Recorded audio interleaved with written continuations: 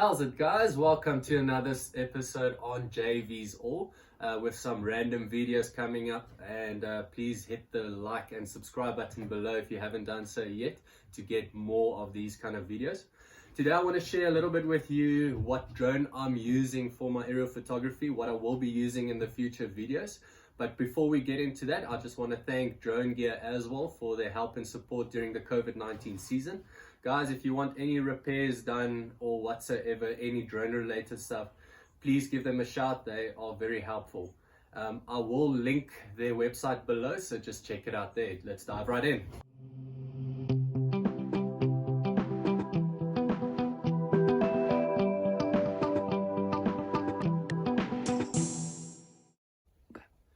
Alright guys, before we start, I just want to apologize for the messiness.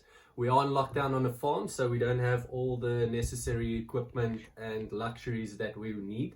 So please bear with me with that, and let's get started. So we'll be reviewing the Mavic Mini. This is the FLYMORE combo kit. It comes with all accessories that you will need. You can buy these with the drone only, one battery and remote charger and the things to get you started with. But I highly recommend you do get the FLYMORE combo kit. Let's see what's inside the box. Okay, so you'll find a nice, beautiful little pouch. Okay, it can zip up. To show you how small the pouch is. If I pick it up like this, hold my two hands next to it, you can see it is quite tiny. It's got a little carry pouch which you can carry around with. I use it to run around here in the mountain with it to get to the top of the mountain, and so it's very, very, very handy. Inside the pouch, it will look like this. Okay, you will find the drone itself, the remote control, and 3 batteries with a power bank. Guys, this power bank really surprises me, and it's very nice at hand. You do get the 3 batteries, which simply just slide in and out. Okay, you can check the battery limit, as you can call it, on here as well, by simply pressing a button on the side, and it will show you which batteries are charged and which are not charged. Also, if you plug this into your wall socket, which you do get with the kit as well, it will charge the most full battery first before it charges the others. This just gives you a little bit of more earlier flight time, as I can almost call it like that. So this is the battery pack itself. Sorry, one thing I forgot to mention is you can also charge whatever device you want from the battery pack.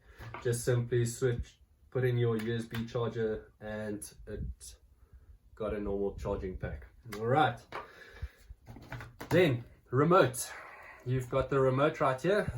Normal, guys, if you know the normal Mavic, this is quite a lot the same remote. If you just open it up, you can hook your phone in there, and it's got the little antennas on the top here as well. Very nice what they thought about this. To make it even smaller, they put away the little joysticks, so you can just simply take them out there and screw them in like so. Okay, like that. So what's very nice as well, you do get all kinds of connectors with the package. Like I personally use an iPhone, so there's an iPhone lightning connector, and then you do get 2 others which are compatible with the other devices as well. Great, so with the remote on the side, what else do we have in here? Some spare propellers. Okay guys, you do get spare props with it as well. They've got nice packaging for them, so that is included with the FLYMORE kit that you will buy. Let's look at the drone itself. Okay guys, this thing is tiny. It is, if this is the remote, I don't know how to show it to you. Let's use this charging port. There we go. This thing is very small. It's really like a pocket-sized drone. Very handy if you just want to quickly put it up in the air, or want to go on a hike or something, and it's just very portable. Works the same as the Mavic. Just fold out the arms like so, and that's the full size. It does have a camera protector on it as well. To disattach it, just simply pull the latch and it will come off. 3-axis gimbal, very nice, and they rated half an hour flight time, 30 minutes. But obviously that's on a certain kind of flight and with a fully charged battery, no wind conditions whatsoever.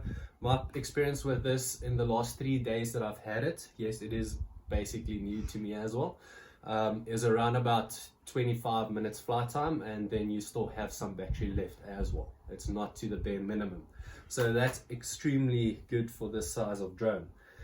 Okay, very nice. It comes in the package as well. If you want to fly indoors, you get these prop guards with it. You just simply pop one on each side, and then it will protect the propellers from damaging the drone itself or whatsoever. All right, guys, let me get this guy hooked up, and I'll show you in a minute how that looks like.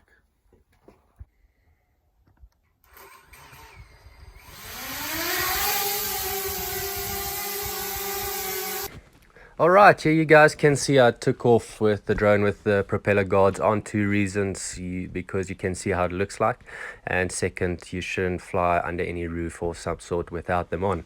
So let's take off and see what this drone can do. The home point has been updated. Firstly, please always check check it on that your the home map. point is updated. You can also check, it should display a message after every time you take off. Otherwise, just check it on the map on the bottom left hand corner. Click on it. You can view all options there on different kinds of maps and so on. Okay, next thing is the types of video that you get on this drone. You get 2.7K, which I prefer, and obviously 1080p. Can also take pictures, and then you've got the famous quick shots from DJI. Drone, rocket, circle, helix, guys. Very easy to use. Just look at the videos. Otherwise, more YouTube videos will also explain to you that. Top left corner, you can select the different types of flying modes of the drone. You get C, S, and P. C is cinematic, sport, and then P is for normal position mode. Be very careful of what you use when you use them for strong winds and so forth. Next thing is the exposure. You can always manually set the exposure value as well. Just remember to lock it on the right hand side.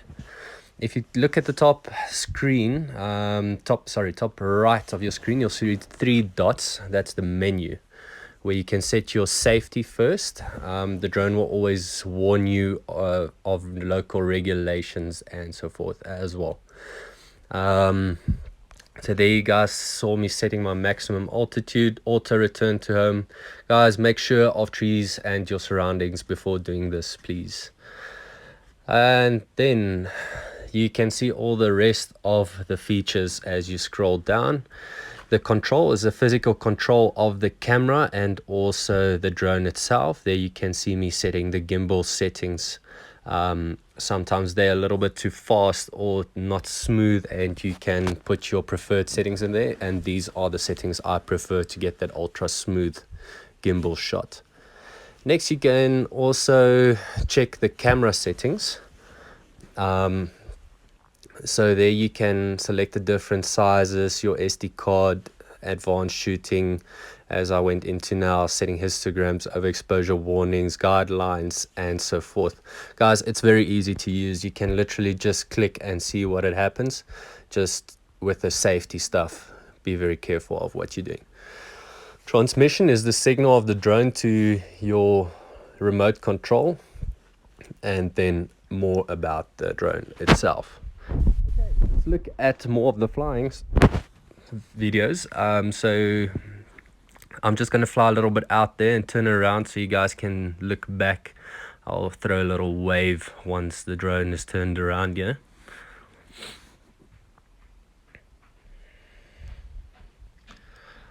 Alright, there's myself, so you can see me waving to you guys right there. And the reason I flew back out so far is to show you, number one, the gimbal. You can set it above 0 degrees. I think it's 20 degrees or so above 0. And then the drone camera can actually look up. And what I also want to show you guys is the return to home. So I've set 40, I think it was 41 meters in this case. So I'm just going to fly out a bit here and then There's two ways you can initiate return to home. First, click on the screen. It will give you an option. You just simply hold it in there on the left hand side. What I Go normally do home. is on the remote control on the left hand side, you'll see the same kind of button. Simply hold that in. It will give you the message that it's returning home.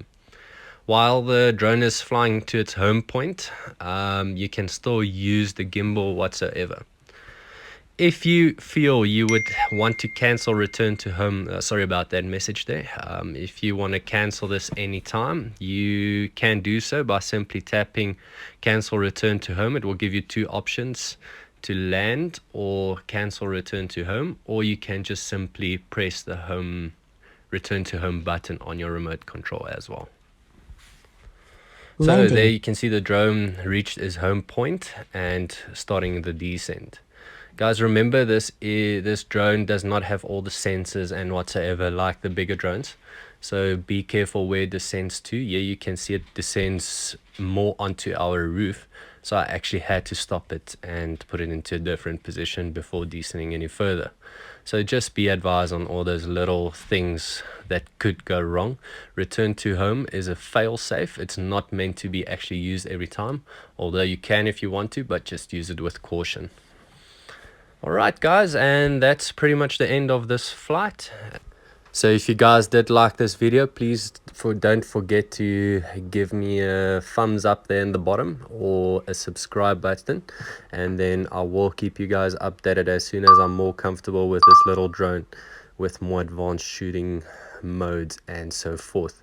There's a lot of tutorials on YouTube where you guys can check that out as well. I'll try to link some in the description below as well.